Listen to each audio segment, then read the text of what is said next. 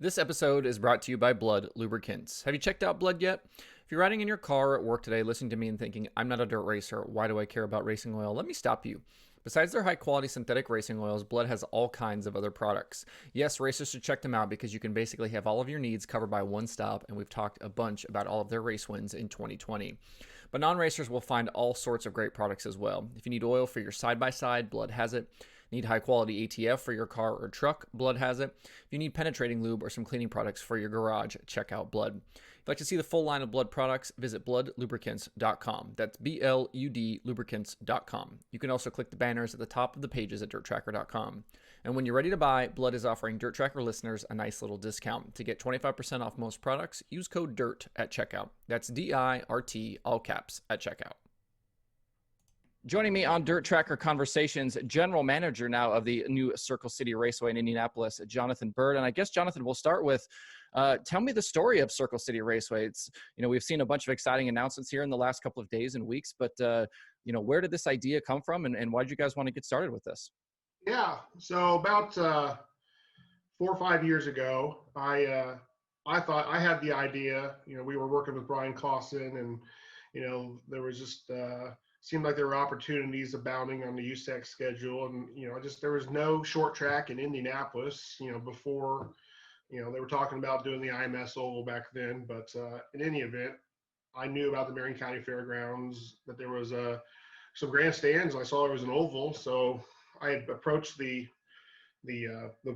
fair board president at that time to discuss what his thoughts might be of someone taking over the oval, putting on a race over there. And they were all for it, and USAC was all for it, but I just didn't have the financial wherewithal to do that. I wanted to have some type of track.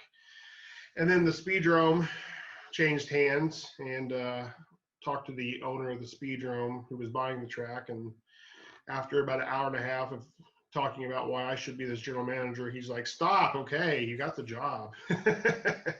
But in any event, we've ran the Speedrome since the end of 2016, and it's been a huge success at the Indianapolis Speedrome. And over the summer, Kevin Garrigus, the track owner, and I were just talking about different business ideas, and the subject of dirt track racing came up. And I said to him, there's a dirt oval at the Marion County Fairgrounds, and I talked to them a few years ago. They were interested. I could reopen those communication lines to see what can maybe happen there. So I did so, reached out to the new fair board president. Well, little did we know, about the same time, the Marion County Fair Board president had a board meeting, and they decided as a board that they wanted to reach out to us at the Speedrome to take over and maybe manage their dirt oval. So the timing was very serendipitous. We had a couple meetings and negotiated our way through the what we were going to do, and made a presentation to the Marion County Fair Board, and it was just very smooth sailing. And we took over on October 1st and hit the ground running. And so that's kind of the serendipitous timing and the story of how the Circle City Raceway came into being. What, when you guys kind of take over the facility, what did you find there and what have you had to do to get it ready for your season coming up? Well, there wasn't more than a 3,000 seat grandstand, some really nice Musco lighting, and then the big empty field that was basically an oval that they had run some motorcycle racing and some hills that they did some motocross type things there. So we have had to put in a whole bunch of infrastructure. There were no restroom, there's no concession stands, no really anything there at all other than that. So we have built, we're almost done with 2 huge concession stands. One's 100-foot long, one's 70-foot long, and they both have really nice restrooms that are going to be super clean all the time. And that's how we basically built the same building at the Speedrome this past summer. So it's such a good design, we're just doing it again. So we built 2 of those. We've bought 2,000 more grandstands that we're going to erect before we open in May next year. We're going to, we're of course building the racetrack right now, and Petrie Excavating, and Scott Petrie, who's a USAC midget owner, and the man who built the oval for the inside IMS, he's building our racetrack as well. So those are the main big things we've done. A lot of run electricity. We got to build a big pond, a retention pond, so that we'll have plenty of water to keep the track prepared. Got about half the track dug out and formed, and we're just, all the dirt's on one side of the racetrack that we need. So the clay is going to kind of move over as we dig out the other half of the racetrack. So it'll be formed here as long as we don't get too frozen here in the middle of central Indiana. And we've got a whole bunch of other things, just the little details of,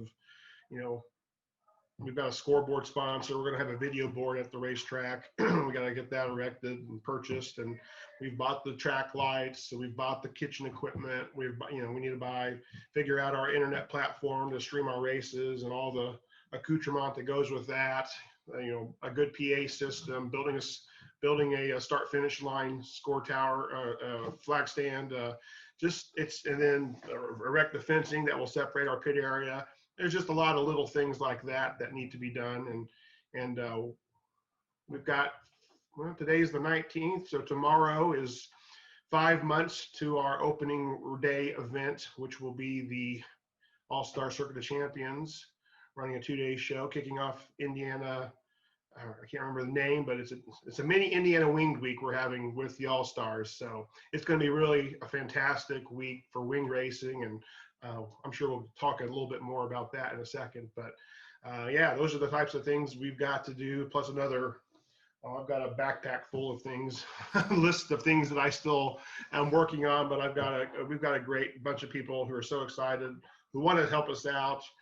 I had a great meeting with a safety guy this week who's going to maybe become our safety director and taking care of all those people. We've got a great crew of people at the Indianapolis Speedrome who want to work both places. But as I look at our schedule, we've got 60 races between our two racetracks scheduled, and some of them are on the same night. So it's not going to be possible to be in two places at one time, but I'll see myself whenever there's a conflict, mostly at the dirt track.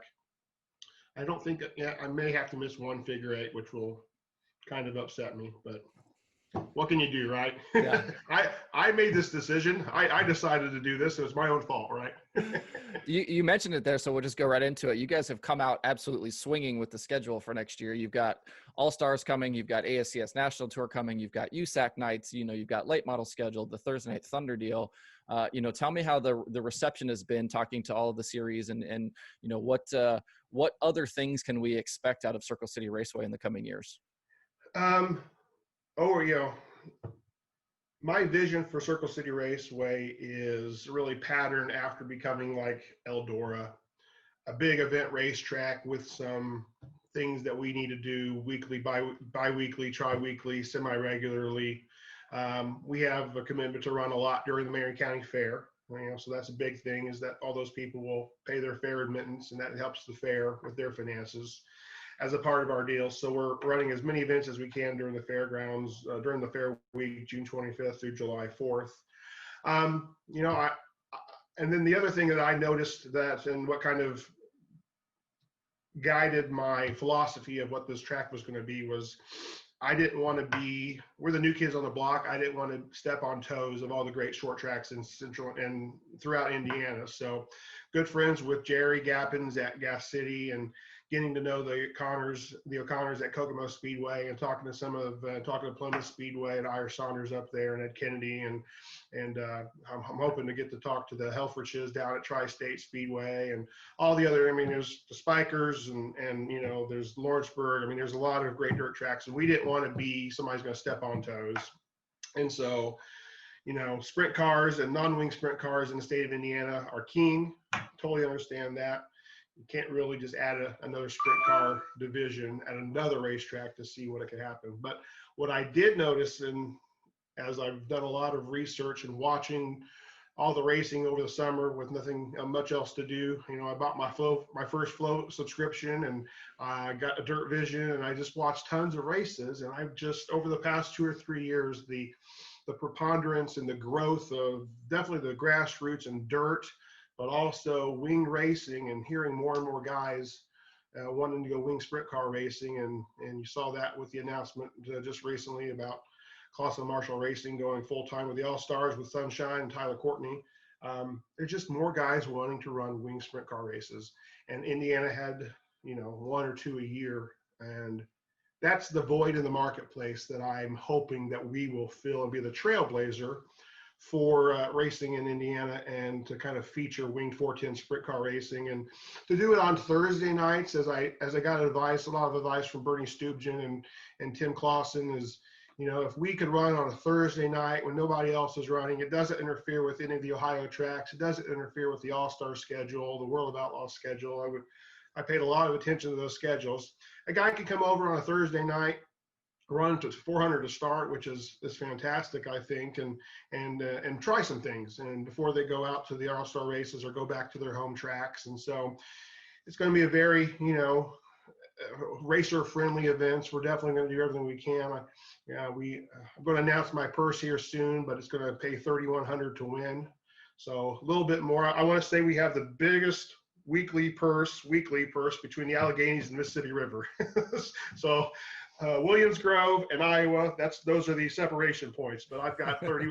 I even paying more than Houston's is going to pay on their Saturday nights. So we're going to pay $3,100 to win on that, and $400 to start. Really good, salty purse, but hefty. And we want to take care of racers, and if that draws the racers, the fans will come, and that's what we want to be able to do, is showcase fantastic racing. And on a Thursday night, we're only going to run 2 classes, so you'll be able to get in, watch a full show with another support division. I'm hoping to make that USAC midgets, and we have 305s on the schedule, the Indiana Race Saver Series, and but that's the other thing in the future. I want to see more USAC midget racing in the state of Indiana, a place to give guys a regular place to race, because there's just so few places for the Indiana Midget Series or the USAC midgets or the regional midgets or whatever it is.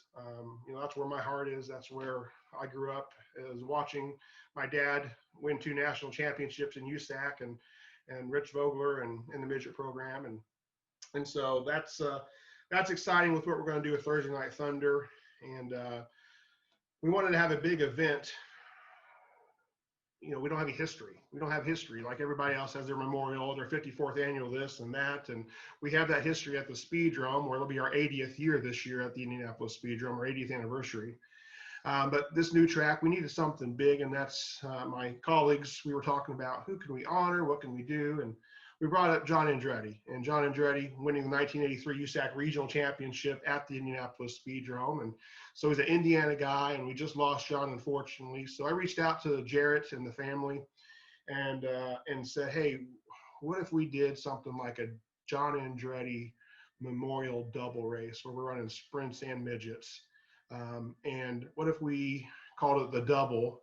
And what if we did it for Riley, the race for Riley, and continue on everything? And they loved the idea. So USAC loved the idea, didn't know where it was going to go, but fortunately had a good relationship with Bob Sargent and Track Enterprises. And he needed some help with a September USAC sprint car race date. So we moved that to Circle City. That's why we got that. And I think USAC rewarded us by expanding Indiana Midget Week. And so that Wednesday night, June 9th race, we're going to have a USAC Indiana Midget Week race at Circle City Raceway, and honoring John Andretti with the sprints, and then with the midgets. And then there will be a sprint car race. I hope to announce the sanctioning body that's going to come along, because I don't have a non-wing sprint car division. So we're going to need somebody to come race with us, because everybody else who has a midget week race has their own sprint cars. So they race their sprint cars. So it'll be a fantastic night, and we're going to be family friendly, and it's $25, and kids 12 and under will be free. And we're really excited. And I think that's going to be a huge kickoff to midget racing here in the Circle City. You mentioned Tim Clauson there and Bernie Stubjen, and I'm curious, with so much of, especially open wheel dirt racing kind of centered in and around that Indianapolis area, what's the response been like from those types of guys, from the drivers and stuff that live there, that this racetrack is opening up? I've talked to a few, and there's an excitement. They want to do it. They're excited. They're 10, 15, 20 minutes away and not having to drive 3 or 4 hours, 5, 6 hours to go to a midget race or to a wing race. Because these guys are based in Indianapolis. So it's just crazy. They're based right here in the metro area, or they're based in Columbus or wherever, Indiana. And they're just it's weird to have all these winged cars who have to travel outside the state to race. So that's really exciting, and they've been really excited about that. That's a response. Indy Race Parks, they want to help.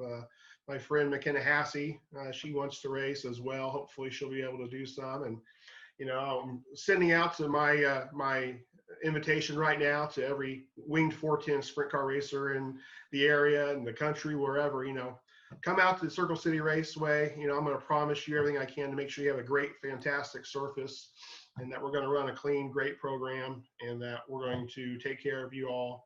And that's going to be a place where you're going to want to race. So if that's the case, please come on out, enjoy us, give us a chance, run for a little bit of a championship. You're not racing anywhere else on a Thursday night, come on out. And it'll all culminate with what I'm calling the Hoosier Harvest Shootout in October. Nobody's racing October 15th and 16th. I checked all the schedules, so have everybody come out to that race. So we're going to do a cool 2-day show with a unique format that will run Friday and Saturday. 6,000 to win Friday night, 21,000 to win on Saturday night, with that purse going up $1,000 every year. So 2021 will be 21,000, 2022 will be 22,000. We've got a 30-year lease, so this is going to get up to $50,000 one of these days to pay for this Hoosier Harvest Shootout that we're excited to have, and cool trophy that we're wanting to build traditions here at Circle City Raceway. Your name and your family's involvement in motorsports goes back a long time, and in kind of doing some research for this, I've certainly seen the Byrd name on all kinds of race cars and stuff over the years, and Brian Clauson running the Indy 500. But, tell me about, your dad and the history at the Indianapolis Motor Speedway and all of the things that your family's been involved in over the years. I love telling the story.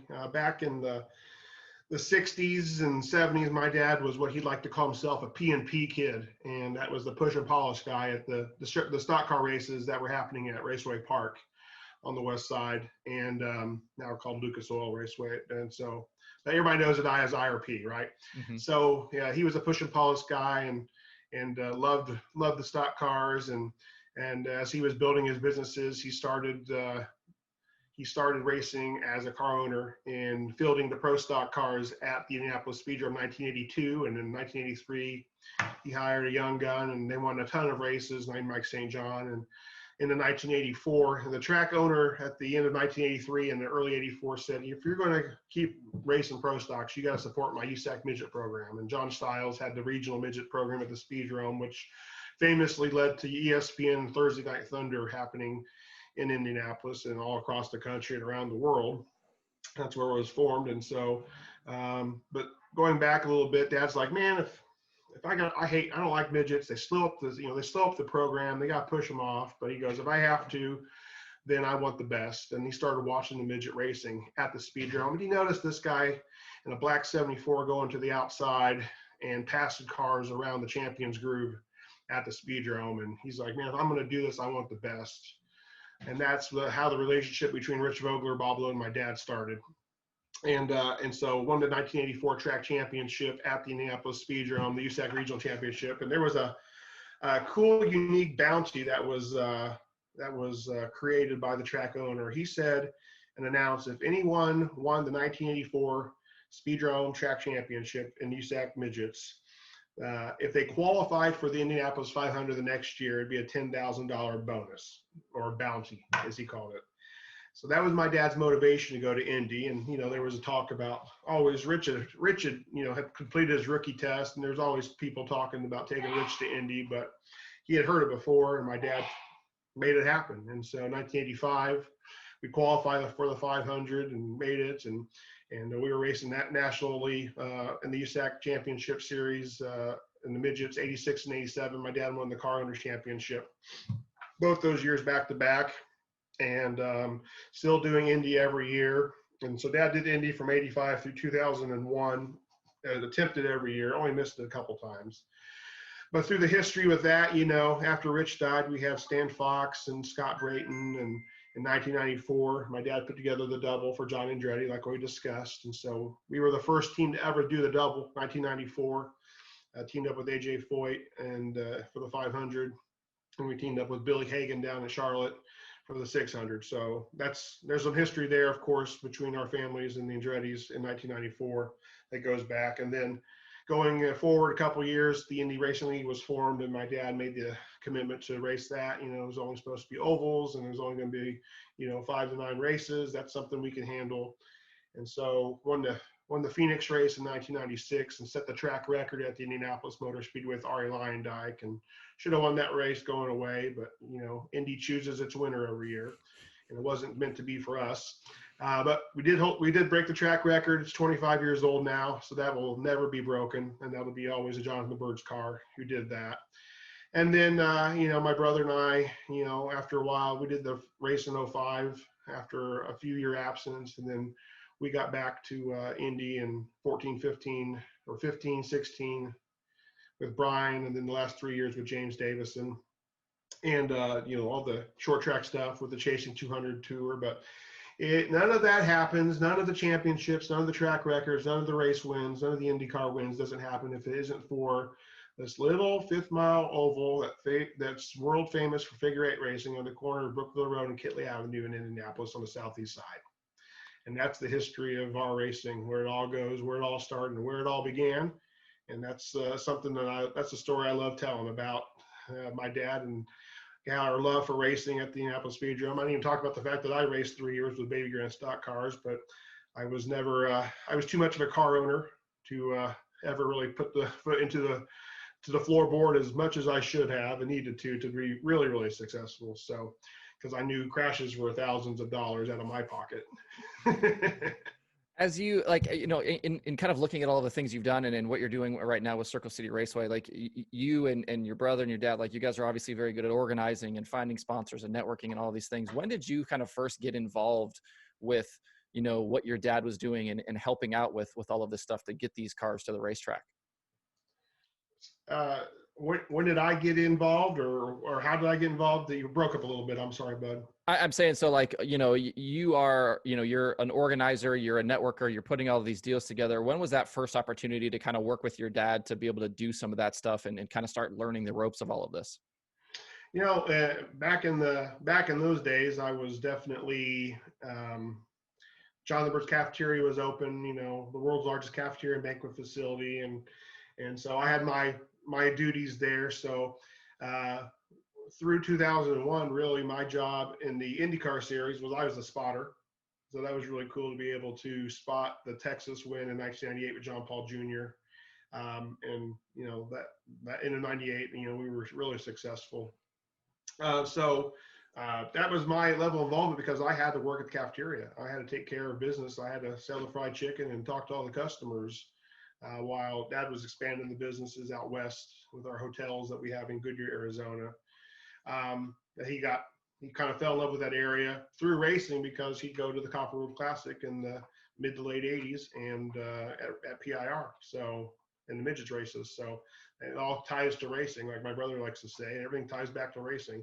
So I was fortunate enough, the owners of the Speedrome from 1997 through 2013 really loved my dad and valued his advice and participation. Here's an IndyCar guy who will come back and remember his roots and go back to the Speedrome. And we watched racing whenever we could get off on a Saturday night from the cafeteria and go watch some racing. So I became friends with the owners back then, and they allowed me to start kind of a hobby job of marketing and advertising sales. And that's kind of what got my foot in the door. And from 2003 through 2013, I did about every job at the Speedrome, whether it was selling gas or I got in a flag stand. I did a lot of public address work and interviewing winners, called some races. For 2 years, I was actually the track concessionaire. We sold all the food, and everybody loves, us taking care of food, that was a big thing. And then the track got sold in 2014, and I didn't get to go to the racetrack very much. That ownership group was, I hate saying bad about anything about anybody. So they just were a little sorely lacking. And fortunately, the Speedrome got going. So I observed a lot, saw a lot, learned a lot, had a lot of ideas about about promoting, about running a racetrack, running any type of entertainment facility, really, because we're not really in the racing business, we're in the entertainment business. And that's, kind of the philosophy you have as a promoter. That's a successful philosophy to have as a promoter, is to be in the entertainment business, and just do all the right things to take care of. You've got two sides of the equation. It's funny, I always talk about, in the restaurant business, you got to take care of your customers, and your product is dead. They can't talk back to you. You just form it and make it work however you want it to do. It can't talk back. It doesn't say anything else. Your product is, whatever you want it to be. Well, in racing, you've got your customers or your fans to take care of, and your product, which are also people. So you can't just tell them what to do. They're people, they're human beings. So you've got to really have a fantastic customer service now 2 ways instead of just 1 way. And so you got to take care of your product, which is people. You got to take care of your fans, which are people, and you just got to do the things that how you'd want to be able to go to a racetrack. You want clean bathrooms, you want fantastic food, you want the program to move along at a quick pace. You don't want to be bored. You want to be there for 7 hours. You want to get in, get out, have a lot of fun, and say, I can't wait to come back again. Leave the people wanting more. That's another entertainment rule business. So when you have to give them 6 or 7 racing divisions, that's not leaving the people wanting more. If you run 2 or 3 divisions and you get them done in a good time, and it's 9:45 and you're done, and they can go out and, there's nothing worse than watching a kid being carried out by his dad because he's asleep, and he didn't get to watch the figure 8. And that doesn't make me happy. I want to make sure everybody got to see it, because there's nothing like figure 8 racing, and there's nothing like dirt racing, and nothing like racing when it comes right down to it. So I think I veered off course from your question. You did a little bit, but I like the answer. I hope I answered it in some way, shape, or form. No, I'm good. I want to ask you specifically about 2015 and 2016 with Brian Clauson, and obviously you guys hadn't been to the Indianapolis Motor Speedway in a few years before that, and so why go back? Why go back with Brian, and kind of walk me through how that all came together? Yeah, that was, and I'm gonna give all of the credit in the world to my brother David. He really spearheaded everything. There was a time, he's been out west for 20 years and living in Phoenix, working in the hotel business we have. And he really has developed his network within the racing world a lot more than I have. I'm a local speedrome guy, and he goes to IndyCar races, and, he was able to go to all these different things, and the relationship kind of goes back to when Brian ran Indy Lights. And it was kind of with the team that my brother was involved with, or at least he got to know him when Brian was running lights. And so, and that was kind of the way the relationship, and keeping an eye on what Brian was doing early in his USAC career, early in the teens of 2011, 12, and 13, and knowing what he was doing in the open wheel to try to get into Indy and stuff like that. So just super impressive, and super impressed with what he did, and putting together the business deals that were necessary to go racing, and being able to go racing every year without having to worry about knocking on doors and trying to sell sponsors, and making sure that, okay, you got the sponsor, but you're always worried about next year. Now you got to worry about making sure you get the sponsor for next year, so you can keep going racing. If you put together business deals that generate revenue each and every year for your business, you use that same money that you were going to use in the business and use it for racing instead. So the best example I like to do, this is like my brother talks about, this is the Roger Penske method of going racing. Roger Penske doesn't have any paid sponsors except, maybe it's changed, but Miller Lite writes a check. But everybody else, all his deals are business-to-business deals. So he'll go and say to somebody like a lubricant, I'm going to spend $250 million a year in oil for all my dealerships, for all my businesses. We're going to spend $250 million in lubricants. So let's go to Mobile One, let's go to Pennzoil, let's talk to all the lubricant companies and say, hey, I'll give you $200 million worth of business. And then I'll give you then there's a huge $25 million sponsorship. And we're going to do all this racing. So Roger said, I was going to spend $250 million no matter what, $250 million. I'm going to spend $200 million in fuel. I'm going to spend $25 million in racing. And he puts the other $25 million in his pocket. And that's how Roger Penske does business with all his sponsors and all his race cars. And so at a much smaller level, we do the same thing with our businesses. And so when you see some of the things we do on our race cars, those are business to business deals that we were going to have to spend the money. It's a lot more fun spending it in racing. So like obviously getting to, kind of take part with that stuff with Clauson and the chasing 200 and all of that, did it kind of feel a little bit like you guys were kind of carrying the torch almost for the dirt world with Brian kind of getting in at that time? And it kind of seems like around that time is when dirt kind of started, rising back up again and kind of being, kind of more central in motorsports. But what was it like kind of, during that time for you guys? The biggest thing that I can remember that we were always wanting to do is, and everybody wanted to see the USAC guy make it to Indy and the dirt track guy make it to Indy, and a throwback to those years of the 60s and the 70s and the 50s, I guess, of dirt track guys racing Indy 500. So we did it with Vogler. I mean, we're one of the actual few people who actually do it. A lot of people talk about doing it, but we actually did it. We took USAC guys to Indy. Stan Fox drove for us 1991, 1992. Billy Vukovic was supposed to drive for us, and the day he was supposed to be signing his contract, my dad was at his funeral. Mm-hmm. John Andretti is he was a short track guy before he was a USAC guy, and my dad he wanted to bring this really young up and coming USAC star to Indy in 1996 to run in the Indy Racing League, but our sponsor at the time was scared of a rookie running their cars, or else Tony Stewart would have driven for my father and not John Menard. So that's just everything that we've always wanted to do. And when my brother was saying, just like doing the business deals that started putting together, that would pay for the racing, Brian was the number one person on his list. He had the experience already. He had rear engine experience. He did the 500 with Sarah Fisher Racing. Back in that year, I think it was 13 or 12. I can't remember exactly what year that was, but yeah. So, and then my brother attempted, just bad luck with Chris Wyndham 2 years in the lights race. No, I mean the second year would have been fantastic. Chris was great. He was a lot more comfortable, and then gets taken out in the first lap of the Freedom 100 that year. And so,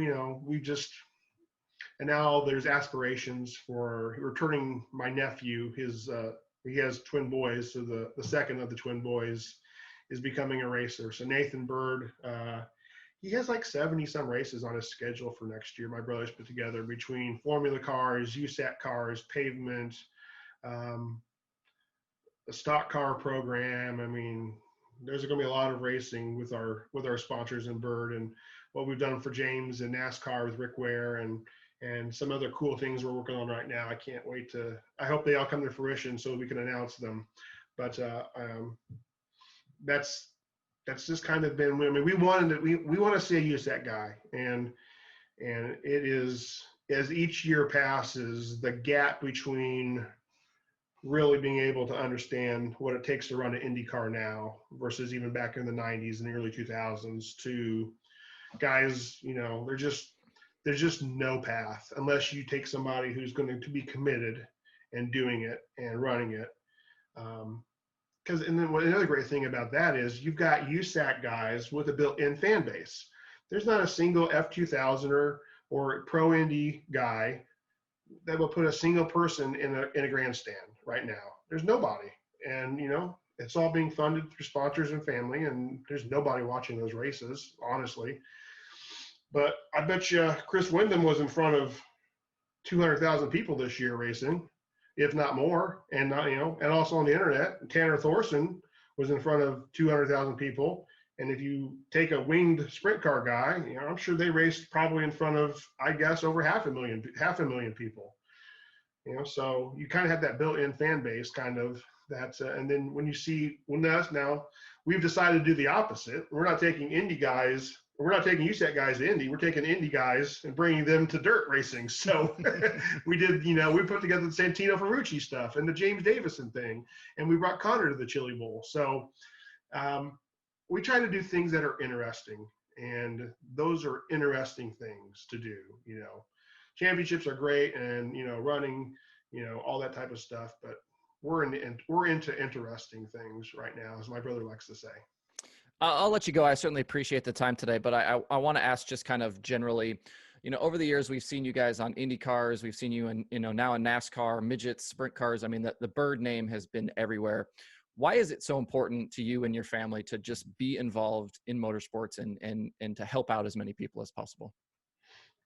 Just in our blood. It just really is. And, it's a great marketing tool for what we do. It makes a lot of sense for the business things that we do as well.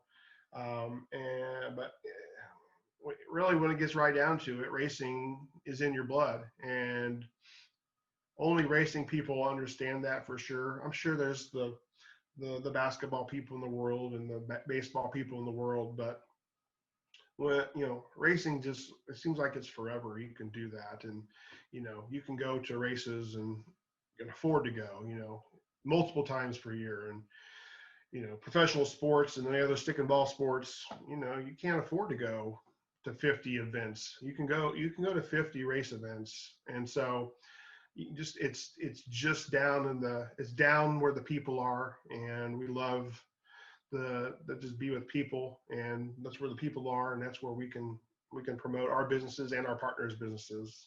So I think, does that answer your question for, kind of the way the way you asked the question? Absolutely. Is that what I'm trying to say? You kind of feel what I'm saying? Yeah, no, I got you. Absolutely. And honestly, it's like, the good thing is that there are people out there like you and your family that are supporting this, because in so many instances, without people like you, none of this exists. So over the years, I'm sure there are tons of people that would love to thank you. And I thank you, honestly, for all of the stuff that you guys have done. So, well, thank you, Justin. Yeah, there's a lot of great people, and a lot more people who've been a lot longer and a lot deeper than we have. And we try to aspire to them and be like them. So, but I thank you for what you had to say about that.